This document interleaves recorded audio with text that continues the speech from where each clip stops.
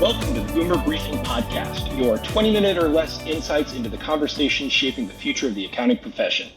I'm Marc Stout, shareholder and Chief Innovation and Technology Officer at Boomer Consulting, and I'm joined by Jim Boomer, a shareholder and Chief Executive here at Boomer. We recently facilitated the Managing Partner Circle meeting, and today we're going to break down some of the most impactful conversations, what you need to know and why it matters. Jim and I both facilitated that, and we're going to give you a little bit of our insights as we remember them and some of the things that really stuck with us afterwards. So, Jim, I'm going to start this off with you and ask you, what was one of the most engaging or lively discussions that you recall? Well, Mark, I think always with the first meeting of the year with this group, with the managing partners, we've been collecting data, our metrics information that allows them to benchmark within the group. And every year that is a very deep conversation where people are, asking questions of the outliers, but it's the whole goal of it is how can we continue to improve? And so I think that was one of the most lively discussions, and we spent quite a bit of time going through those numbers. The other one is we had a session that was strictly focused on compensation structures, both partner and overall team. And I think there were a ton of insights for the entire audience, not always the same ones, of things that they could think differently about and probably some action items to go back and improve. But as you know, and we had this discussion in the room, everybody wants the silver bullet of the perfect comp system. Yeah. Unfortunately, it doesn't exist. It takes a lot of work. It takes a lot of, heavy lifting to get the right structure. But ultimately, you have to have it aligning with your firm's vision and strategic plan. So those were the two that stood out to me. What about from your perspective, Mark? Yeah, I completely agree with you. Both the metrics and the compensation were really impactful because it's just different when firms are, they know their numbers, but then when they start to look at them compared to other firms that are similar to them, either in a geography or size or whatever else, or they just align with them, all of a sudden you get a little bit deeper and you start asking different questions and really diving into things. I think the other big one that was a really good conversation was we had a panel of some of our members sharing what they're doing in the area of project management.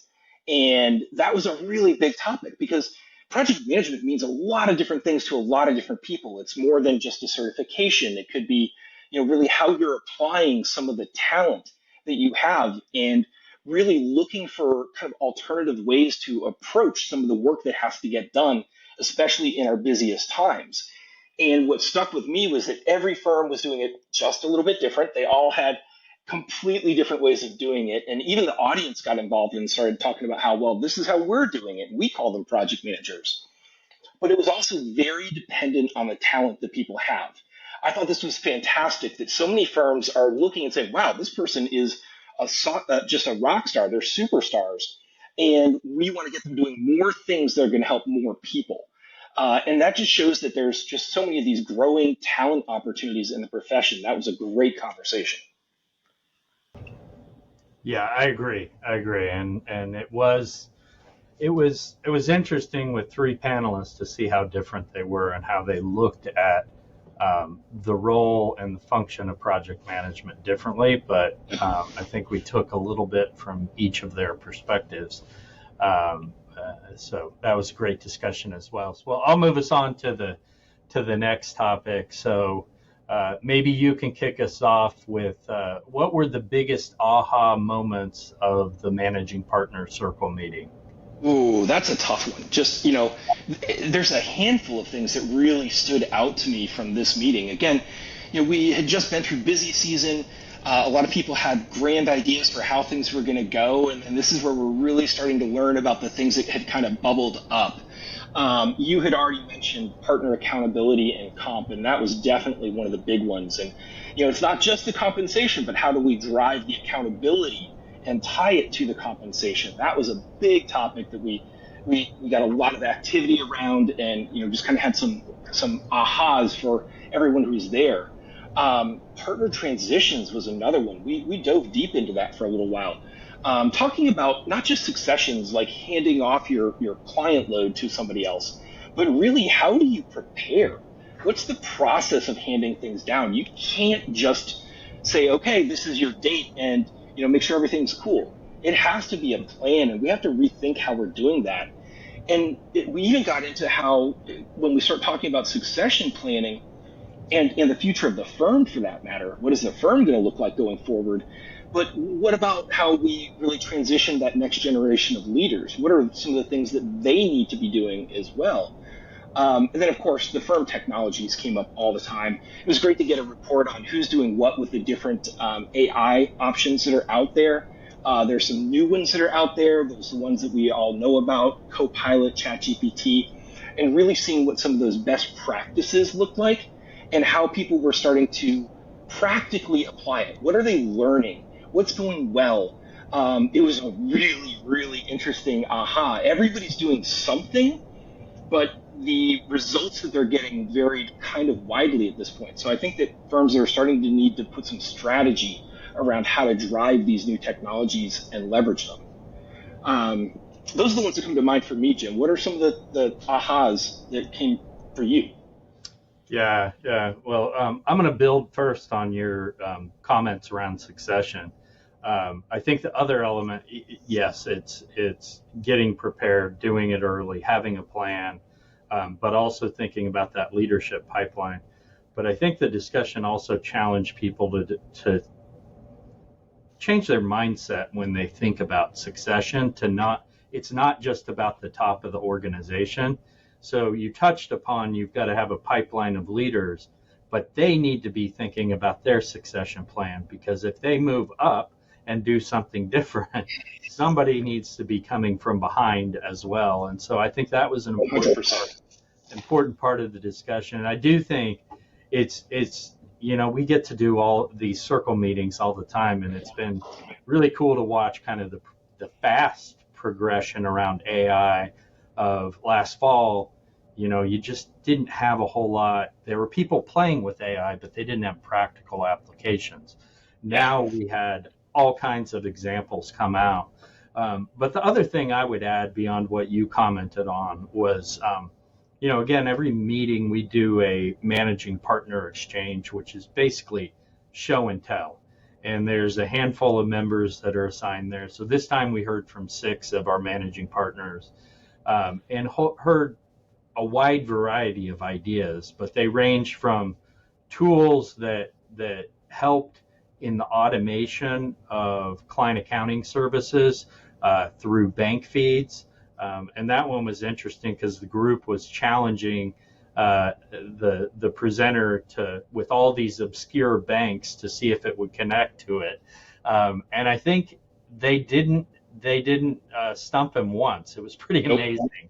But there were also tools that were shared for the hiring process and helping to improve the likelihood that you find a right fit hire. There was also a tool for client qualification and improving that process. But then the last one I'll mention, is quite a range, from tools to just really digging into what are the employee expectations. We spend so much time laying out what the firm is going to do for the employees, but there isn't as much time and effort and education spent on what are the expectations to be a successful employee here. And it's really about preparing people for workplace readiness. So I always love that session because you hear some ideas of what people have done that are really providing value in their firms, that can frankly the whole thing might not fit with us, but there's always pieces of it that we can take and apply and find value in our own organization. So I love that managing partner exchange. Yeah, that was a really good one. And it's funny because we've done this for, oh gosh, several years now. And we always hear people kind of pushing back, like, we're not doing anything special, it kind of falling into that, we're just like every other firm, we're unique, but we're different. Nobody would want to hear this. And then when you press them a little bit and you give them that opportunity, they come up with these amazing projects that they're doing. And everybody runs almost to the end of their time explaining these things. And then the conversation takes off in the Teams channel where they can continue to talk about these things. And they'll post their tools and all those things that you were mentioning, Jim, for everyone else to see and leverage. So then they can take it and kind of adapt it for themselves. So this becomes, a real, almost an innovation session, where you're seeing how firms are doing something just a little bit differently, and it may not seem like a big deal to them, but it really is like, wow, I didn't even think about that. And there's so many great takeaways. And, I think that that's another thing that we really try to stress is that, we don't want people to come here and just, catch up with their friends and that and whatnot. And though they do make a lot of friends, but we really want there to be actions that come out of the managing partner circle. We want things to be different. We want them to be like, what are some of the takeaways? And, how are they going to take things back to their firm and what are they going to apply? So, Jim, I'll ask you this one. What are firms doing differently after the meeting? What do you think were some of those takeaways? Well, I think there were a lot of takeaways that we heard. We end every meeting with giving them some time to think and write down and share what they're going to take back to their firm.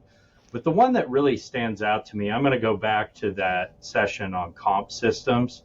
And for that, ahead of time, we did a survey. And one of the questions was, do you feel like your comp system appropriately supports and aligns with your firm's vision and strategic plan? And I think there were only 2 or 3 that said no. But once we got into discussion, and I think if they had a redo, there would be a whole lot more of the no's. And the big sticking point was, traditional comp models, there's a heavy, heavy focus on book of business and billings and fees. And not to say that's not important, but it can't be 100% of that if you're going to continue to move forward strategic initiatives and continue to work on your business and not just in your business.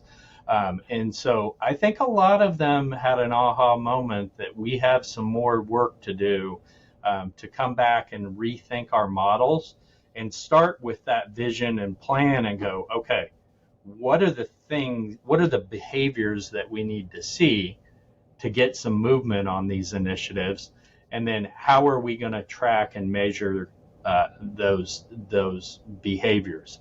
And those things need to, again, balance out. It can't just be 100% looking at the financial side of things. There's all kinds about supporting the culture, developing the team, moving forward important projects that they need leadership. And if all you're doing is the work, again, I'm not minimizing the importance of that, but you also have to separate some space and some time, and you need to incentivize people to do those things as well. So that was the big one for me that I think we're going to see people go back and rethink those comp models.